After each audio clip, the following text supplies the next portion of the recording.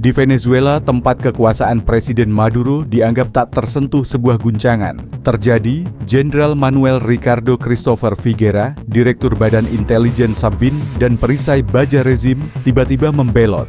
Kepergian tokoh yang memegang seluruh rahasia negara ini tidak hanya mengguncang aparat keamanan, tetapi juga mengungkap retakan mendalam dalam fondasi kekuasaan Caracas. Pertanyaan kunci bukan hanya mengapa ia berkhianat, tetapi juga apa yang telah ia serahkan kepada pihak Amerika.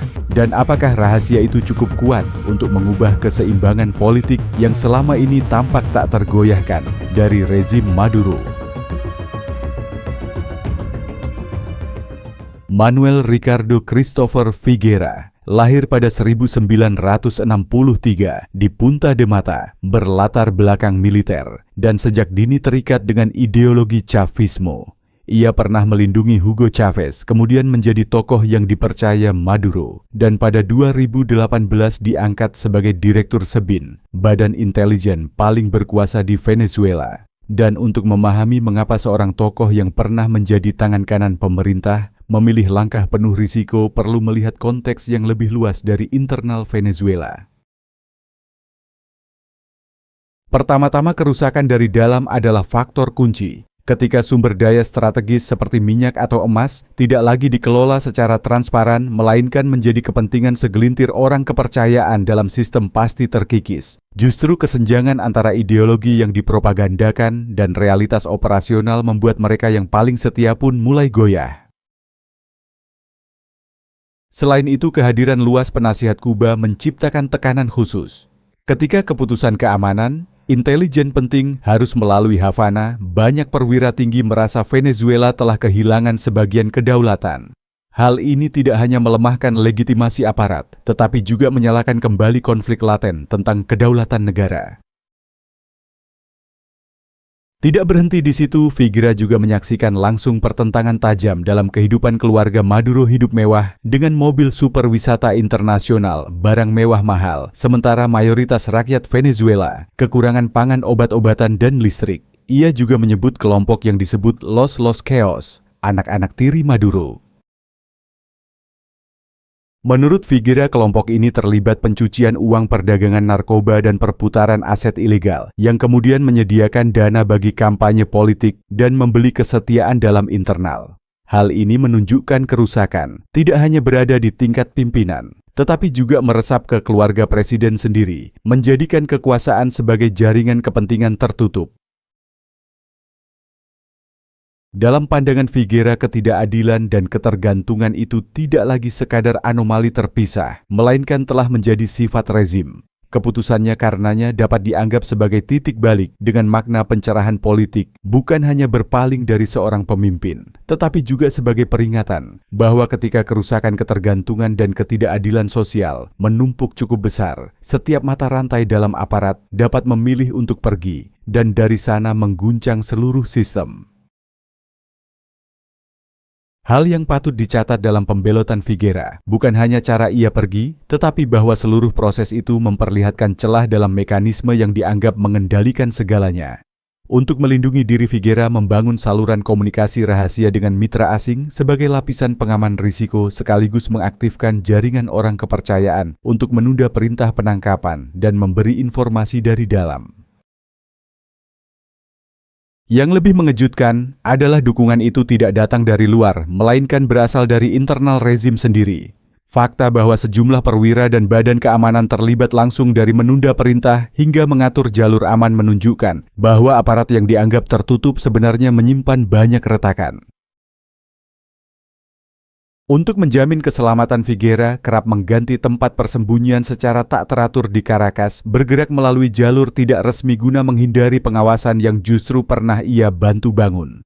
Ketika waktu tepat tiba, ia membuka koridor melalui Kolombia dengan bantuan tersembunyi dari mata rantai perantara.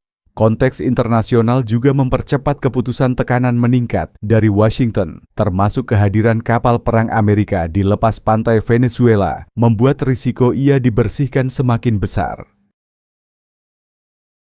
Akhirnya, keberhasilan menuju Amerika Serikat tidak hanya memberi Figuera perisai hukum, keamanan, tetapi juga menciptakan transaksi strategis Washington, mendapatkan tambahan data intelijen, sementara ia memperoleh peluang reposisi politik. Pada tingkat sistem peristiwa ini membuktikan bahwa bahkan dalam jaringan pengawasan ketat faktor manusia dan saluran tidak resmi tetap bisa membuka jalan keluar. Pesan yang dikirimkan kepada elit kekuasaan Venezuela, jelas bahkan pilar yang tampak setia mutlak pun dapat memilih untuk pergi kapan saja. Apa yang disampaikan Figuera tidak hanya berhenti pada tingkat rahasia internal, tetapi sesungguhnya telah menggambarkan bagaimana sebuah negara bisa menjadi titik pertemuan banyak kepentingan luar. Pertama-tama, tuduhan tentang Kartel de los Soles menimbulkan pertanyaan besar mengenai tingkat keterjalinan antara negara dan jaringan ekonomi bayangan. Menurut Figuera, sejumlah jenderal militer tingkat tinggi secara langsung mengendalikan jalur perdagangan narkoba lintas negara, menjadikan keamanan nasional dan kepentingan pribadi sebagai sebuah wilayah abu-abu yang sulit dipisahkan. Jika benar hal ini menunjukkan batas antara institusi dan kejahatan telah terhapus, bagi Washington ini adalah detail strategis karena memperkuat argumen bahwa Venezuela semakin mendekati pola negara narkoba sehingga melegitimasi kebijakan sanksi dengan alasan pemberantasan penyelundupan dan kejahatan lintas batas. Pengungkapan kedua berkaitan dengan kehadiran Hezbollah di Venezuela membuka satu dimensi yang sepenuhnya berbeda. Figuera menegaskan bahwa unsur-unsur Hezbollah tidak hanya muncul secara sporadis, tetapi beroperasi secara terorganisir dengan logistik jaringan pencucian uang dan dukungan tidak langsung dari sejumlah kelompok kepentingan dalam rezim. Hal ini membuat Venezuela tidak lagi hanya sekadar negara Amerika Selatan yang krisis, melainkan bisa menjadi jembatan antara Amerika Latin dan Timur Tengah. Dari sudut pandang strategis ini adalah keterkaitan jauh yang berpotensi mengubah cara negara-negara di kawasan mendefinisikan keamanan. Bagi Amerika, informasi itu menjadi bukti untuk menempatkan Venezuela dalam kerangka pendukung terorisme internasional, sehingga memperluas dasar hukum bagi sanksi dan meningkatkan tekanan diplomatik. Rahasia terakhir terkait dengan peran Kuba. Figuera menggambarkan bahwa banyak keputusan strategis di Caracas harus menunggu persetujuan dari Havana dengan keterlibatan mendalam Badan Intelijen Kuba. Jika benar hal ini menunjukkan Venezuela tidak hanya bekerja sama erat, tetapi pada kenyataannya telah menyerahkan sebagian kedaulatan dalam bidang keamanan kepada kekuatan eksternal. Dampak internasionalnya jelas, Venezuela mudah dipandang sebagai negara yang telah kehilangan sebagian kedaulatannya. Dari perspektif Washington, detail ini menjadi alasan politik penting untuk mendorong strategi isolasi Caracas dipandang sebagai mata rantai yang sangat dipengaruhi dalam orbit keamanan kawasan yang terhubung dengan Kuba. Dari sudut pandang internasional, pengungkapan Figuera tidak hanya mengguncang internal, tetapi juga membentuk kembali cara komunitas internasional memandang Venezuela. Bagi Amerika, itu menjadi bukti untuk memperkuat strategi pengepungan. Bagi organisasi kawasan, ini adalah peringatan tentang sebuah negara yang sedang bergantung pada kekuatan eksternal. Dan bagi rakyat sendiri, hal ini menimbulkan pertanyaan kekuasaan sejati di Caracas sebenarnya ada di tangan siapa, dan masih berapa banyak kebenaran lain yang belum terungkap di balik tirai kekuasaan itu. Hal menonjol dari peristiwa ini bukan hanya kepergian seorang tokoh yang pernah memegang peran vital dalam aparat keamanan, tetapi juga pada rangkaian dampak berantai yang ditimbulkannya. Dari internal pemerintah hingga masyarakat, semua terdampak langsung atau tidak langsung. Pertama, di dalam lingkaran penguasa, psikologi saling curiga meningkat tajam. Ketika seorang tokoh tingkat tinggi bisa memilih meninggalkan sistem, maka mereka yang masih bertahan pun sulit menghindari rasa takut akan dituduh kurang setia. Akibatnya atmosfer politik menjadi tegang, penuh kecurigaan, menciptakan spiral ketidakstabilan yang membara.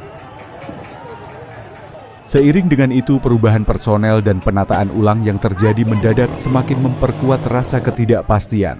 Faktanya, setelah pembelotan Figuera, pemerintah melancarkan kampanye pembersihan internal skala besar. Alih-alih hanya pergantian personel, banyak perwira dan agen ditangkap diam-diam atau menghilang tanpa meninggalkan jejak resmi. Atmosfer kecurigaan menyelimuti, menjadikan kesetiaan sebagai jebakan hari ini masih sekutu, tetapi besok sepenuhnya bisa menjadi target. Dalam tataran internasional, citra Venezuela semakin diuji. Ketergantungan terlalu dalam pada pengaruh eksternal, terutama Kuba, membuat negara ini dipandang telah kehilangan kemampuan bernegosiasi setara dengan mitra internasional. Hal ini tidak hanya melemahkan posisi diplomatik, tetapi juga membuat Caracas mudah jatuh pada posisi defensif ketika harus menghadapi krisis regional. Di aspek sosial, pertentangan antara kehidupan sehari-hari rakyat dan gaya hidup mewah kalangan penguasa semakin nyata. Sementara mayoritas rakyat harus bertahan hidup di tengah krisis ekonomi, ketidaksetaraan ini menambah rasa frustrasi dan mengikis kepercayaan pada institusi. Ketika rakyat harus mengantre panjang untuk pangan, harga obat dan makanan melampaui jangkauan, maka citra elit politik yang mengendarai mobil super dan mengenakan jam mewah semakin menjadikan Venezuela sebagai masyarakat yang terbelah tajam. Ini bukan hanya ketidakadilan sosial, tetapi juga bibit runtuhnya legitimasi rezim. Dari sudut analisis, pembelotan Figuera dapat dianggap sebagai sinyal peringatan ketimbang sekadar peristiwa tunggal. Ia seperti pengingat bahwa bahkan aparat kekuasaan yang tampak kokoh pun bisa retak dari dalam. Dan lebih luas, ini juga menjadi peringatan bagi seluruh kawasan Amerika Selatan. Jika sebuah rezim yang dianggap stabil masih bisa goyah hanya karena kepergian satu individu, maka konsep stabilitas politik di kawasan ini perlu ditinjau ulang dengan lebih hati-hati. Kasus Figuera menunjukkan sebuah paradoks yang sulit dihindari dalam setiap sistem kekuasaan, di mana batas antara kesetiaan mutlak dan pilihan berdasarkan nurani. Dari sudut pandang moral, pertanyaan ini tidak memiliki jawaban tunggal. Ia mencerminkan tarik-menarik antara kewajiban terhadap rezim dan tanggung jawab pada prinsip dasar masyarakat. Dari sisi politik, kepergian seorang tokoh yang dianggap sebagai perisai kesetiaan menimbulkan keraguan tentang daya tahan seluruh aparat. Ketika satu pilar bisa goyah, hal itu memunculkan pertanyaan, apakah sistem masih memiliki fondasi yang cukup untuk mempertahankan stabilitas? Ini bukan hanya masalah Venezuela, tetapi juga pesan umum bagi negara manapun yang terlalu bergantung pada kesetiaan ketimbang transparansi dan efektivitas. Dalam lingkup internasional, kisah ini memunculkan sebuah realitas yang kompleks, kemana arah Venezuela dalam papan catur strategis. Apakah negara ini mampu mempertahankan kedaulatannya, atau justru menjadi bidak dalam persaingan pengaruh kekuatan, seperti Kuba, Iran, dan Amerika? Justru tumpang tindih itu menunjukkan bahwa Amerika Latin bukan hanya wilayah pinggiran, tetapi sedang menjadi ruang pusat dalam perhitungan keamanan global. Dari sini muncul 3 pelajaran penting bagi Venezuela. Sebuah sistem yang dibangun atas dasar ketakutan dan korupsi tidak bisa bertahan lama. Bagi internasional, kasus ini menegaskan peran strategis kawasan Amerika Latin, dan bagi rakyat, ia menegaskan bahwa kekuasaan bukanlah sesuatu yang abadi. Bahkan pilar yang tampak kokoh pun bisa berubah hanya dalam sekejap. Gambaran Maduro hidup dalam obsesi akan pengkhianatan adalah bukti nyata dari rapuhnya kekuasaan itu. Menurut Anda, apakah pembelotan Figuera hanya berhenti pada peristiwa pribadi, ataukah itu adalah sinyal awal bagi rangkaian pergerakan yang lebih besar dalam masa depan Venezuela? Silakan bagikan pandangan Anda di kolom komentar. Jika Anda merasa analisis ini bermanfaat, jangan lupa tekan like berlangganan saluran dan aktifkan lonceng notifikasi untuk mengikuti lebih banyak konten analisis politik aktual global. Terima kasih telah menemani sampai akhir video.